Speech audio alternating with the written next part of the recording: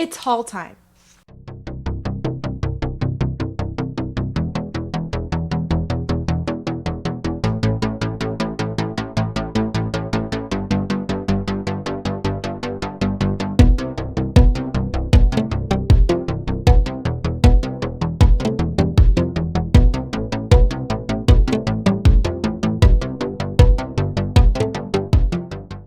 Hello there, my name is Mackenzie, welcome back to my channel and thank you so much for being here. Today we are doing a haul.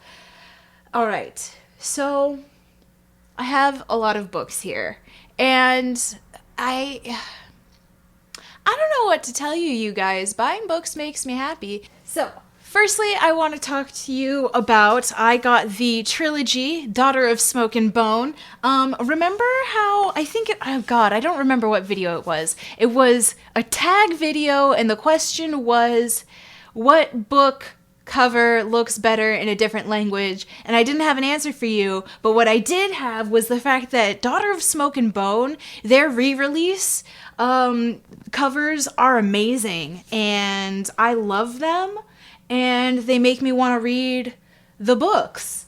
And so here we are with the books. Alright, so in case you didn't know, once upon a time an angel and a devil fell in love, and it did not end well. Around the world, black handprints are appearing on doorways, scorched there by winged strangers who have crept through a slit in the sky. And in the tangle lanes of Prague, a young art student named Karu is about to be caught up in a brutal, otherworldly war when a strange, beautiful, haunted Akiva fixes his fire-color eyes on her. The result is a star-crossed love whose roots drink deep of the violent past. Okay, so we could quite possibly be reading the love story of the angel and the devil who fell in love, and that seems pretty cute to me. Also, I mean, are you gonna tell me that these covers aren't adorable? They are adorable. One of the things that I'd like to do with series that exist in their completion is buy them all at once. Now, here's the thought process for me. I've not always wanted to do this because, hey, what if I end up not liking the series, right? What if by book 2, it's trash and I hate it? Now, I've done that up until this point, and in 2021, what I'm thinking is, I think I know myself a little bit more that even if book 1 is trash, I'm gonna keep reading it because that's what I do. I did it with A Discovery of Witches when book 2 was utter garbage, and I just held out hope for the end. I did it with The Poppy War, where I loved everything up until book 3 and still read up until the end. And I also did it with Shadow and Bone, where I hated it from pretty much the beginning of book 1. No, let's say. I hated that series from the end of book 1 on, and I just kept reading. So I think with trilogies, we can pretty much solidly say that I'm always going to finish it, regardless of how trash I think it ends up being. So, trilogy. We did it. We got the whole thing. Then from there, what I did was I knew I was going to be going to the store, so I did a little bit of research. I wanted to buy and diversify my shelves, so I wanted to buy more Asian authors because I've done a little bit of, I did a little bit of self-reflection, and we're finding the shelves lacking in some areas. So we decided that with the next trip we were going to diversify, and we did. The Order of the Pure Moon Reflected in Water by Zen Cho. So this book is so tiny. It's so much tinier than I thought it would be, okay? A bandit walks into a coffee house and it all goes downhill from there. Okay, it's supposed to be like a very focusing on martial arts and kind of like reminiscent of old like martial arts movies, and so that's why I really wanted to get into it. I didn't know it was going to be this small, but the martial arts premise with the fact that a bandit walks into a coffee house and it goes downhill from there, it just seems so fun, so thrilling. And with it being as short as it is, like, It's such a cute little book. Also, it has some great little blurbs on the back. Samantha Shandon says it's a sheer delight from beginning to end. A fun and sweet wuxia-inspired tale of banditry, faith, and changes both of the world and of the South.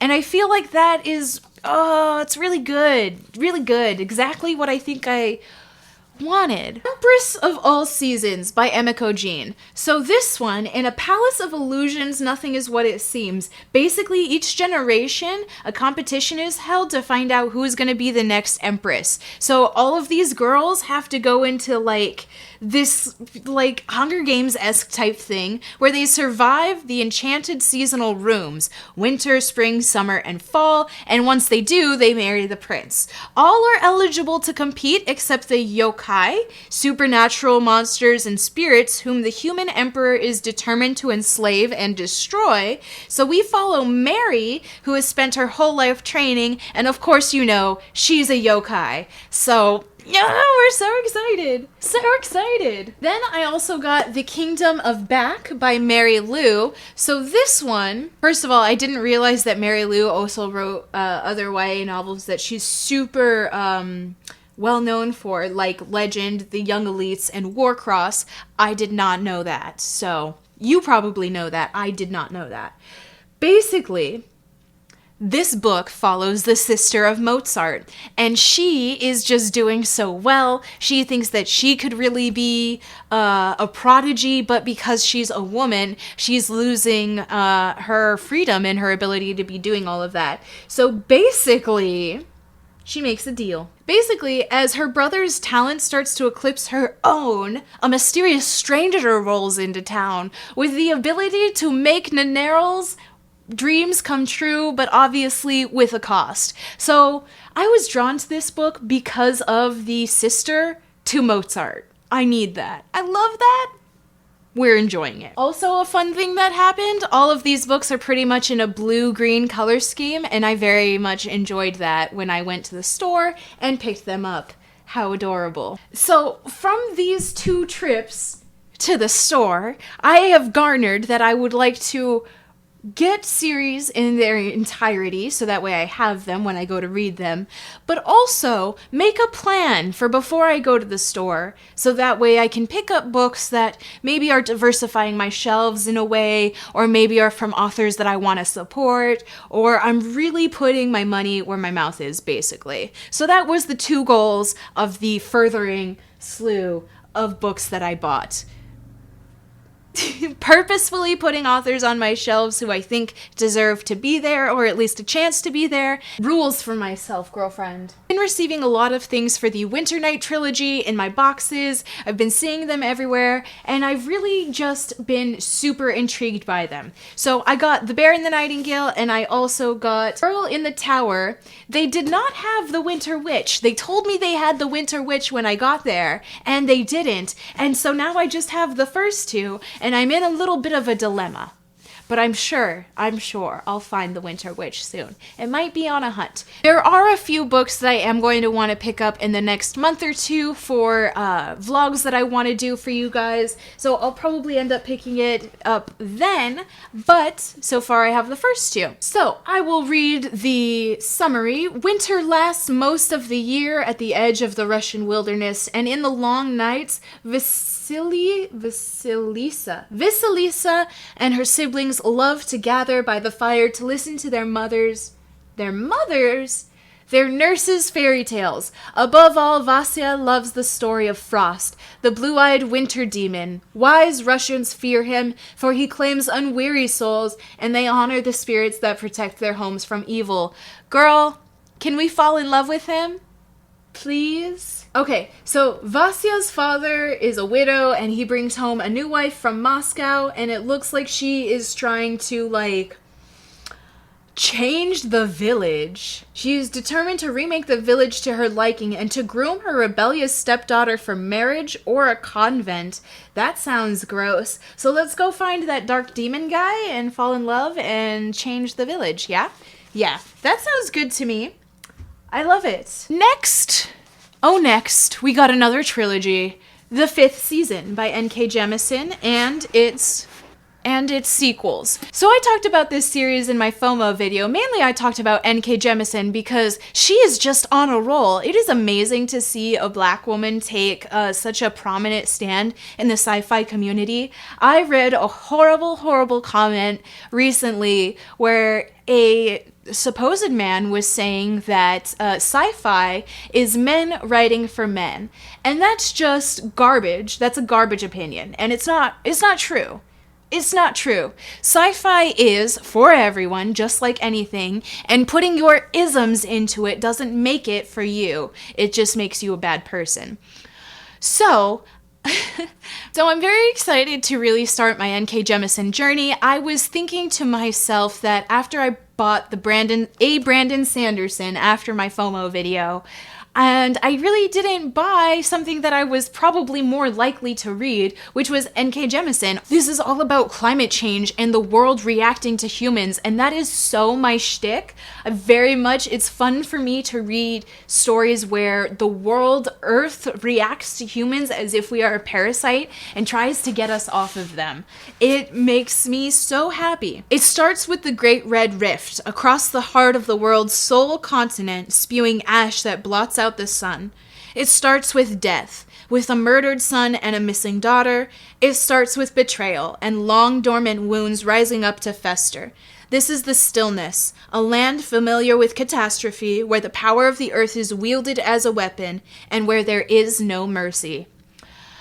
Amazing. So originally, when I went over to the area, I was going to pick up N.K. Jemisin's when is it going to be Black Future Month, or when is there going to be a Black Future Month, because it looked super interesting and I really just kind of wanted to see what it was about. I was really just going to read the back and see if I liked it, and then I saw all of them sitting together like this, and I almost never see them all together at Barnes & Noble. They're typically all scattered throughout the sci-fi fantasy sections, but I saw them all together and I was like, oh my god, they're right there all together and I need it. So here I have it. Boom. From there, I went to Target and I picked up a few books. Now, I heard someone say that they purchase books from Target specifically because Target is the only other physical book retailer in their area. And they want to make sure that the authors that they like are continued to be stocked at Target. And I thought that was a pretty fair reason to go to Target, also because those books are pretty much always 20% off, and that is a steal worth talking about, okay? It just is. In my community, there is a Barnes & Noble and there is a Target. There are two Targets, and Walmart Walmart stocks a few books, but not really too much. Walmart stocks Republican books and Christian books, and a few Cat in the Hat. And pretty much that's it. Target does fairly well with like 2 or 3 aisles worth of books. And then there's Barnes & Noble. We went to the only used bookstore in my community this weekend, and you guys... So it seems as if they only sell books that are donated to them, and the only books that are donated to them are like Harlequin romance novels and like some Danielle Steele, and like, not like romance isn't my thing, but it's not my thing. And like, if romance is my thing, it's going to be more of the Talia Hibbert, Helen Huang kind of deal, so it was a disappointing run to that store. I did not leave with anything. There was nothing of interest for me. It was kind of sad. At that point, decided that I would be going to support some authors over at Target as well. So first, I picked up Writers and Lovers by Lily King. This, I took the recommendation of Noelle Gallagher. I love to take Noelle's reading recommendations for romance, but also for more like contemporary setting and just kind of like life stories. This one is about a girl whose mother dies unexpectedly, and she goes off to Massachusetts to live more of a creative life, and it really just explores this leap of faith that you kind of take when you move from having parents to not having parents. And for a long time, I've kind of avoided this book because I thought it would kind of really make me emotional because of my tumultuous relationship with my own mother. But it seems so sweet and so beautiful and something that could give me a real cathartic cry. And so I'm here for it. And now we have it. And it's such a cute little cover. Also, I haven't seen it in soft cover. Whenever I find a book that has been previously published in hardcover switch to soft cover, I'm much more likely to pick it up on an impulse buy because I'm like, oh, it's in soft cover now. Now we have to have it. Kind of similarly happened with The Henna Artist. I've been wanting to actually read this book, so I'm pretty excited that I found it in softcover. But when it was in softcover, when I saw that it was in softcover, I was way more excited and super needing to buy it. So basically, escaping from an arranged marriage, an arranged abusive marriage, Lakshmi makes her way from her village, it's in 1950s, to a vibrant pink city of Jaipur, where she becomes the henna artist and a confidant to most of the wealthy women of the upper class. So carting around secrets and kind of like helping these women and being a friend, and that's just what I need in my life. Part of diversifying my shelves is going to come with me stepping into kind of situations that make me feel uncomfortable. I have not really ever been a big fan of reading arranged marriages or reading things that are premised in kind of sadness, which is why I stay away from a lot of adult novels in general, because they kind of start or go in a direction of just like sadness that I don't really want to like read about all the time. But part of reading diversely means that you will gain empathy for people and their situations, and I think that is worth more than just me being uncomfortable for a few minutes. Next, I got How the King of Elfheim Learned to Hate Stories by Holly Black. So this is basically, I have no idea. This is a little novella This is a novella within the series of The Cruel Prince. I've been really wanting to read this series. I've been seeing a lot of things on TikTok about people reacting to Cardan's Tale, and it has been something I've also brought up to my own husband, because we talk about, you know, like superpowers or wings or tails, and he watches Dragon Ball Z, and so we talk about furry tails versus like just tails that are skin, and how I believe Cardan's tail is like just skin, and so it's supposed to be kind of creepy, but not only do I want one, I don't mind that he has one, and like, I don't know. I think my husband made food. Sorry about that brief intermission. I had to have lunch. It was delicious. Thank you for asking.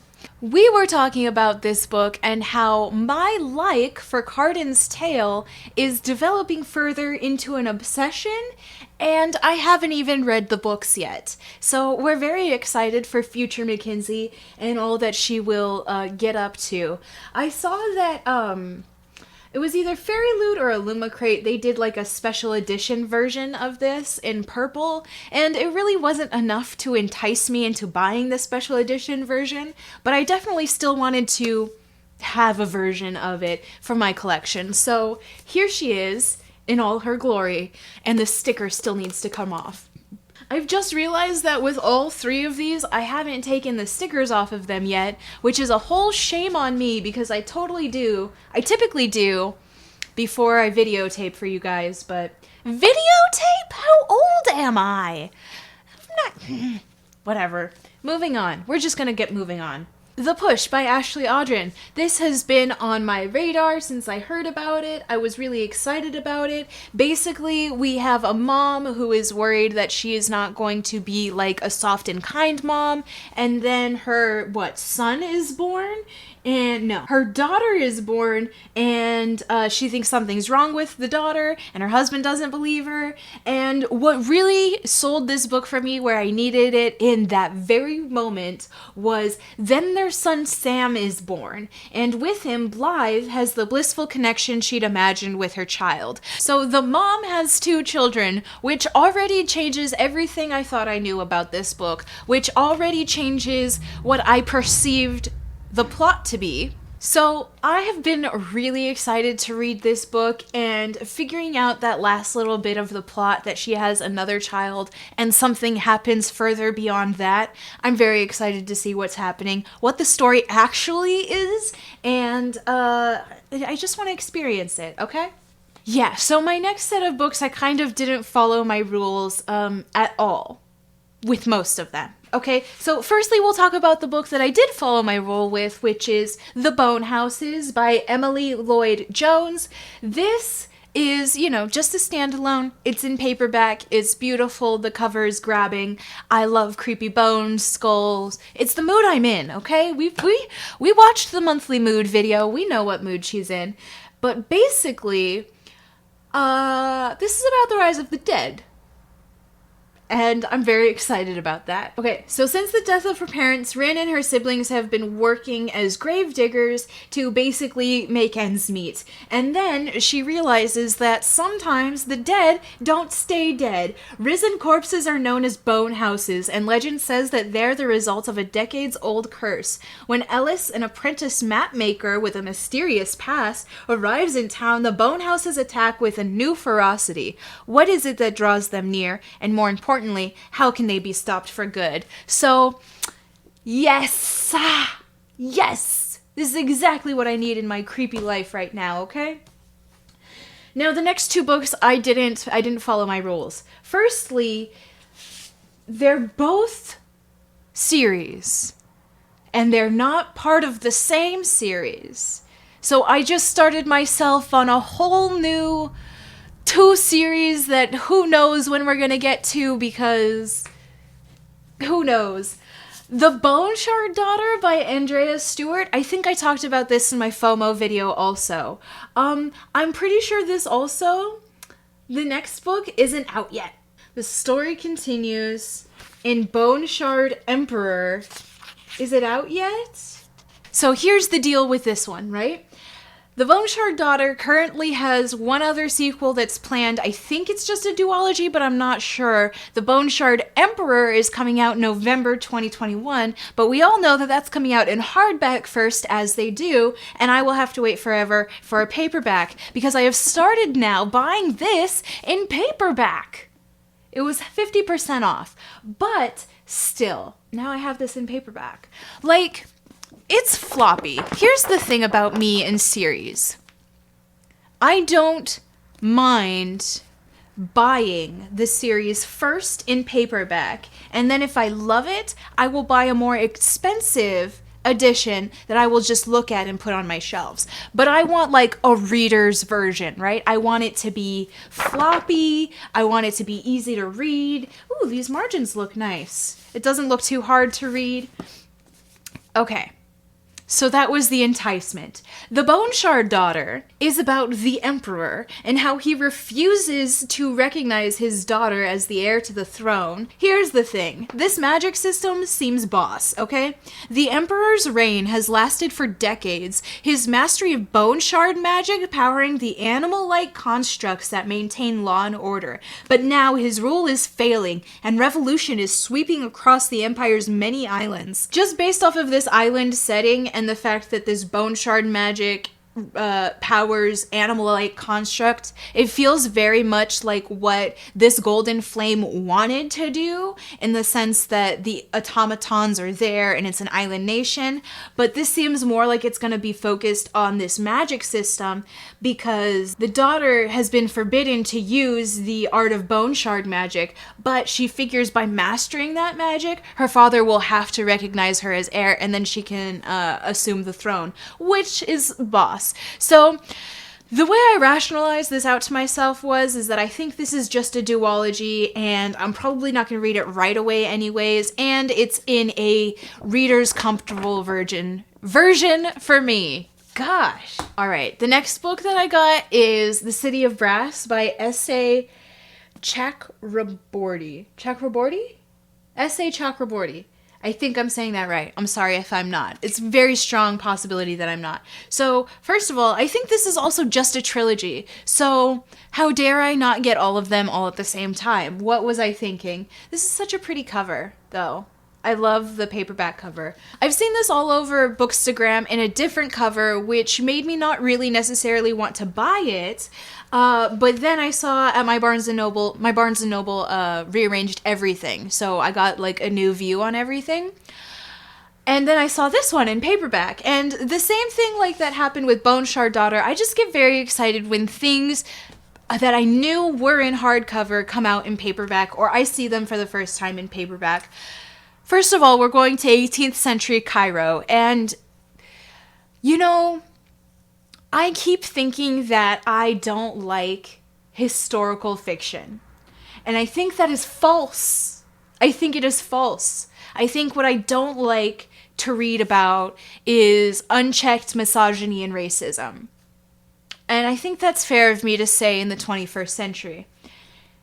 Especially when I'm reading about fantasy that's taking place in a historical setting. So anyway, on the streets of 18th century Cairo, Neri is a con woman of unsurpassed skill. She makes her living swindling Ottoman nobles, hoping to one day earn enough to change her fortunes. But when Nahri accidentally summons Dara, an equally sly, darkly mysterious Jinn warrior, during one of her cons, she learns that even the cleverest of schemes can have deadly consequences.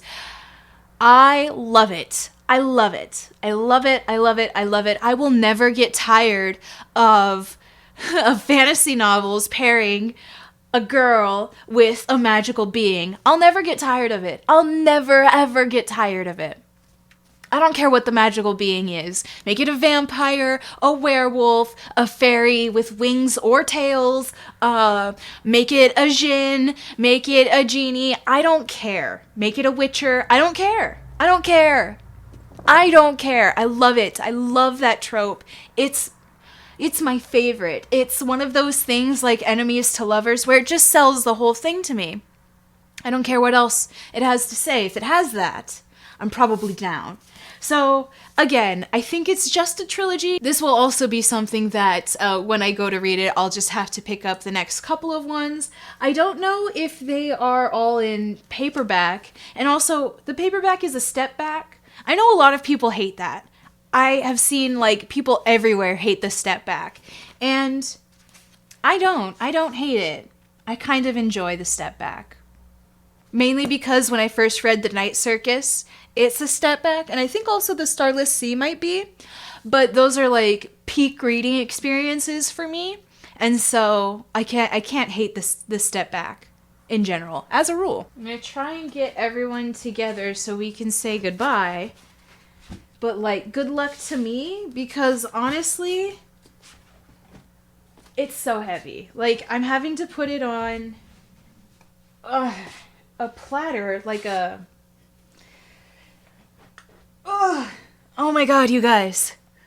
It's so heavy. Is it even in frame? Who knows? I hope it's in frame. This is so heavy. Alright. You know what's funny is I just filmed my April wrap-up, and I only read 5 books, if you haven't seen that. But, spoiler alert, I only read 5 books. And it was totally not hard to hold up 5 books at all. And I didn't even count how many of these books that I have here. We have a shameful amount of books right here. when I only read 5 books in April. So that's a little disappointing, but we're just going to move on with our life and, revel in the fact that we have many more books to read. All right. Oh my God, my arms are going to give out. So we're going to say goodbye very quickly. I hope you enjoyed this video. I hope you have a good rest of your day, and I hope to see you in the next one. Bye!